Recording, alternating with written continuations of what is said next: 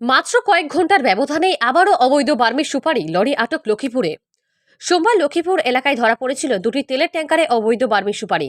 সোমবার দিবাগত রাত অর্থাৎ মঙ্গলবার ভোর 2:30 নাগাদ লক্ষ্মীপুর থানা এলাকার ফুলেরতল বাইপাস সড়কে পাকড়াও করা হয় আরও দুটি লরি। জানা গেছে, লক্ষ্মীপুর থানার ওসি কমলেশ সিং গোপন খবরের ভিত্তিতে ফুলেরতল বাইপাস থেকে আটক করেন NL01AH2076 ও NL04D7755 নম্বরের দুটি ট্রিপার ট্রাক। দুটি ট্রিপার ট্রাকে গোপন চেম্বার তৈরি করে লোড করা ছিল বার্মির সুপারি। ট্রাক দুটি আটক করে নিয়ে আসা হয় লক্ষ্মীপুর থানায়। মঙ্গলবার দুটি ট্রাকের গোপন চেম্বার থেকে উদ্ধার করা হয় বিপুল পরিমাণ বার্মির সুপারি। তবে গাড়ি দুটির চালক পালিয়ে যেতে সক্ষম হয়েছে। জানা গেছে, বার্মির সুপারিগুলো মায়ানমার থেকে মণিপুর রাজ্যের জিরিবাম হয়ে লক্ষ্মীপুরের জিরিঘাট দিয়ে প্রবেশ করেছে কাছাড়ে।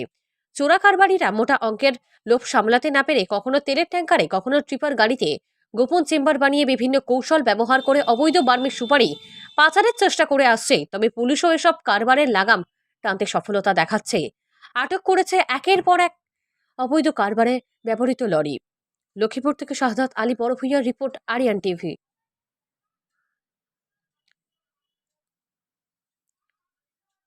লক্ষ্মীপুর থেকে শাহাদাত আলী বড়ভূঁইয়ার রিপোর্ট, RTN বরাক লাইভ।